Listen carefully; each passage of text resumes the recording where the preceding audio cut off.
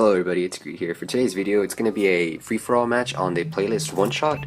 Now, I usually don't snipe a lot, but I kind of just felt like playing the game mode. It seemed fun, and yeah.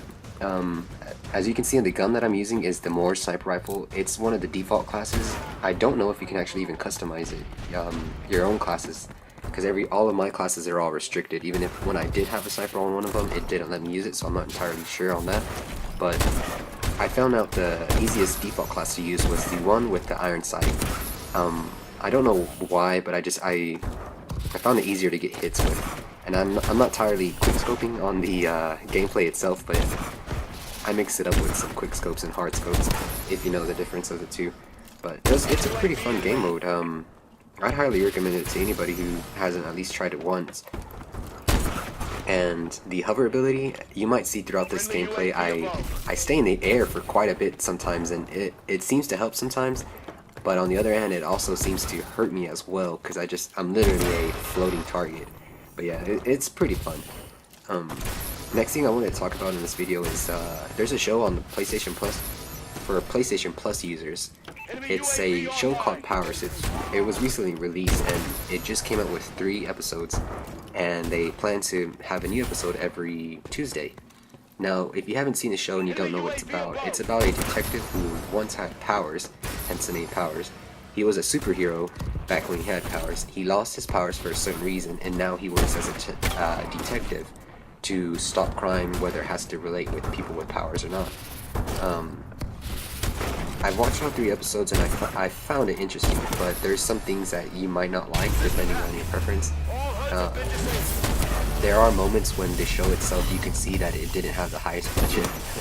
There's some part of the CG effects that include the superheroes when they're flying in the air or something, or they get teleported elsewhere. You can see that it's not the best, but it's I wouldn't say it's low, but I wouldn't say it's movie quality or high TV show quality. But I still think you'll enjoy the show if you're into that kind of whole idea of people with superpowers and whatnot. But yeah, check that out if you're a PlayStation Plus user or member. I'm not really sure if it's available to other people at the moment, but I know for sure right now it's for PlayStation Plus users. My last topic I wanted to talk about on this commentary is the programming tutorials that I have. I first just made a video on just getting set up of what you'll need to program, and later on I do plan to go on and make instructional videos on pretty much how to program. My, I guess you can say, game plan is to go through a book that I have. The book is called See by Discovery, the 4th edition by Foster and Foster. In case you wanted to actually pick up the book yourself, if you found it yourself interested in trying to learn C programming. But that's the book I'm using. I'm going to go through the book, and as I go through the book, I'm going to summarize each chapter or section and try to make it as easy and concise as it can be within my video without having the person having to look up as much information if they get confused on something. I want to make it easy where you can just watch a video and be like, hey, how do you do this? And then bam, there you go. And what else? Oh yeah, there's one other thing I wanted to add. I just recently bought a DLC pack for The Evil Within. Now, I've already played The Evil Within, so I'm not going to do like a let's play of that. But the DLC, like I said, I just bought it. It's taken a different point of view. If you have played the DLC, The Evil Within, you're playing as the role of the female character that you don't really see as often, and you're pretty much seeing what's going on while you're playing as the main character. So from her point of view, as you're going through the hospital, if I remember right, the mental institute. So yeah, I'm gonna play that game, and I'm just gonna play through it. It should be pretty short. It's a first part of a multiple part series or whatever. I don't know how to describe that. That was bad.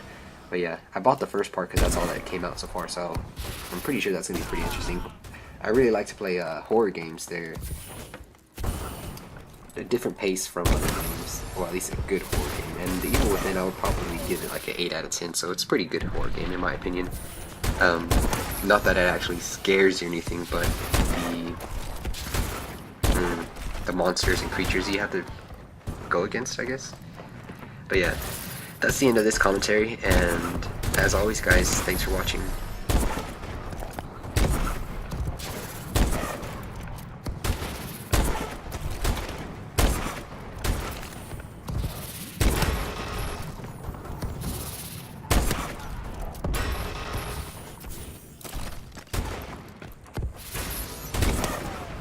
UAV recon standing by.